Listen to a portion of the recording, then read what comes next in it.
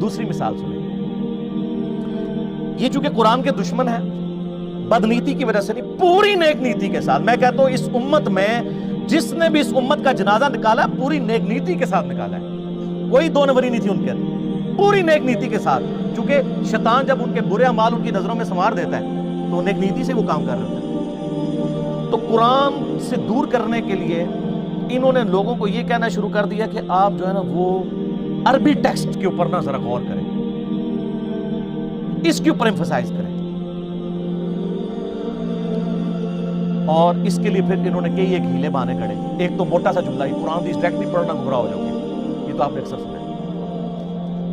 اچھا، جو صحابہ کرام تھے وہ تو قرآن سنتے تھے، ان کے آنسو روا ہوتے تھے، چلے ان کی آپ کو یقین نہیں آتا۔ یہ جو گورے مسلمان ہو رہے ہیں، 2007 میں کلنٹن پاکستان آئے اور انہوں نے کہا کہ اسلام از دا فاسٹسٹ گروئنگ ریلیجن ان امریکہ، وہ قرآن جو ہے وہ تو ڈائریکٹلی پڑھ رہے ہیں گورے، انگریزی میں ترجمہ، اور ہم جو پیدائشی مسلمان اردو میں پڑھ کے گمراہ ہو جائیں گے، اور ہم بڑے فخریہ بتاتے ہیں جی بڑی تیزی نہ لوگ گورے مسلمان ہو رہے ہیں، فخریہ بتاتے ہیں، اور یہاں ہم کہانی کروا رہے ہوتے ہیں کہ ڈائریکٹ نہ پڑھنا گمراہ ہو جاؤ گے، اور ہم ایسے علماء کو سبحان اللہ کہہ رہے ہوتے ہیں۔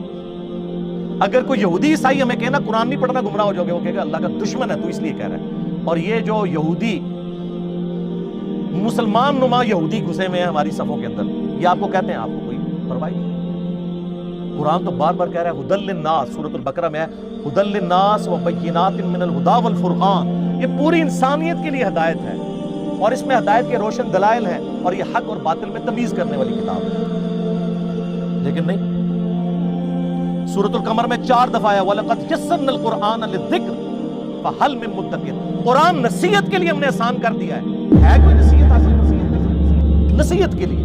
باقی اس کے سائنٹیفک فیکٹس پہ جائیں تو سر مولویوں تو سائنس آمدی بھی نہیں، سائنس دے سپیلنگ بھی نہیں آمدے، قرآن کا مقصد بھی نصیحت ہے، باقی تو آپ کے انٹرسٹ ہے جتنا مرضی، نصیحت کے لیے آسان ہے۔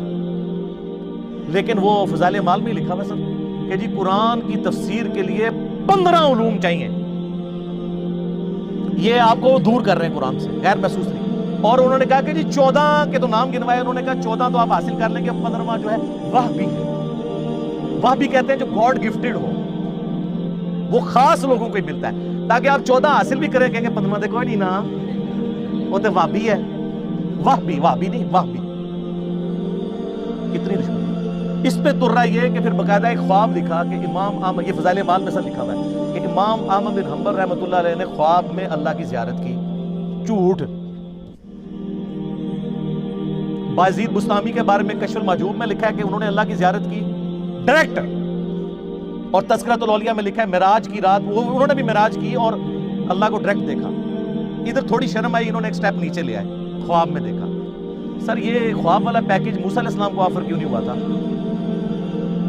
سورۃ الاعراف کی آیت نمبر 143 ہے، حضرت موسیٰ علیہ السلام اللہ کے لاڈلے ترین 5 پیغمبروں میں سے ہیں، اولو العزم پیغمبروں میں سے ایک، کہہ رہے ہیں اللہ تجھے دیکھنا چاہتا ہوں۔ اللہ نے فرمایا تو نہیں مجھے دیکھ سکتا، بلکہ پہاڑ کی طرف دیکھ، اگر یہ قائم رہا تو سمجھ لینا تو بھی دیکھ سکتا ہے، اور وہ جل کر راکھ ہو گیا پہاڑ، اور موسیٰ علیہ السلام انڈائریکٹلی اس کے ایفیکٹ کی وجہ سے بے ہوش ہو گئے۔ لن ترانی، تو مجھے نہیں دیکھ سکتا۔ تو اللہ تعالیٰ کہہ سکتا تھا کہ بعد میں نے احمد بن حنبل کو خواب میں زیارت کرانی ہے، تو موسیٰ پھر خواب والا پیکیج، میں کہتا ہوں آج بھی کہتا ہوں موسیٰ علیہ السلام کو خواب والا پیکیج آفر ہوتا نا وہ لے لیتے۔ ہمارے محبوب صلی اللہ علیہ وسلم کو خواب میں زیارت ہوئی ہے، جامعہ ترمذی میں حدیث ہے، بڑی لمبی حدیث ہے، جس میں وہ نبی علیہ السلام کی دعا ہے اللہم انی اسألک فعل الخیرات وترک المنکرات، میں نے کئی دفعہ بیان کی ہے، مشکات میں اس کا انٹرنیشنل نمبر ہے 748 جامعہ ترمذی کے حوالے سے۔ یہ پروٹوکول کسی کا نہیں ہمارے محبوب صلی اللہ علیہ وآلہ وسلم کے سوا۔ تو کہتے ہیں جی احمد بن حنبل نے خواب میں اللہ کو دیکھا تو اللہ تعالیٰ سے کہا یا اللہ میں تیرا قرب حاصل کرنا چاہتا ہوں، تو اس کے لیے سب سے بہترین ذریعہ کیا ہے؟ تو اللہ نے فرمایا میرا کلام۔ بالکل ٹھیک ہے، ہم بھی یہی کہتے ہیں، لیکن آگے کہانی شروع ہونے لگی ہے۔ تو احمد بن حنبل نے کہا کہ یا اللہ سمجھ کے یا بغیر سمجھ کے، ہائے ہائے، احمد بن حنبل میں رہنا انہوں نے باقاعدہ ہوئی ٹریننگ کی تھی اسی کہ کل اسی کہانی کرانی ہے، کل ہم نے کہانی کرانی ہے، آپ ذرا یہ بھی پوچھ لیں، یہ لکھا ہوا ہے بھائی، اور پوچھنے کس سے؟ اللہ سے، جس نے سمجھ کے لیے پیغمبر بھیجا ساتھ، سب کچھ سمجھایا، وہ اس اللہ سے کسی کی جرأت ہے یہ پوچھنے کے سمجھ کے کہ بغیر سمجھ کے؟ تو اللہ نے جواب دیا خواہ سمجھ کے خواہ بغیر سمجھ کے، استغفر اللہ واتوب الیہ۔ میں کہتا ہوں جی اس جھوٹے پر اللہ کی لعنت جس نے یہ خواب گھڑ کر امام احمد بن حنبل کی طرف منسوب کیا، اور احمد بن حنبل کو تو یہ سمجھ بغیر سمجھ کہنے کی ضرورت نہیں تھی، ان کو ویسے ہی عربی آتی تھی کہانی. اور اسے کہ احمد بن حنبل جو پنجابی پٹھان سندھی یا بلوچ سن. یہ ہے جناب بابوں نے جو آپ کو تعارف کروایا. اور سر آپ کتاب اللہ کھولیں تو سورہ صاد کی آیت نمبر 29 کتاب انزلناہ الیک مبارک. یہ وہ مبارک کتاب ہے جو ہم نے محبوب صلی اللہ علیہ وآلہ وسلم آپ کی طرف نازل کی ہے. لیدبروا آیاتہ، تاکہ لوگ اس کی آیات میں تدبر کریں اور نصیحت حاصل کریں سے عقل والے.